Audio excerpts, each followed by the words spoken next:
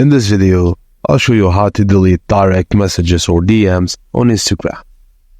Launch the Instagram app on your phone and tap the paper airplane icon or messenger icon in the top right corner of the home screen to access your DMs. Tap the conversation that contains the message you want to delete.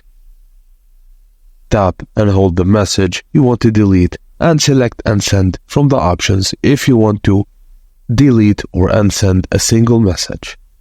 If you want to delete an entire conversation, swipe left on the conversation you want to delete and then tap or press the trash icon and confirm the deletion. And that's it, guys. Keep in mind that unsending a message will remove it from both you and the recipient's chat history. Thank you guys for watching. Please don't forget to like and subscribe, and I will see you on the next one.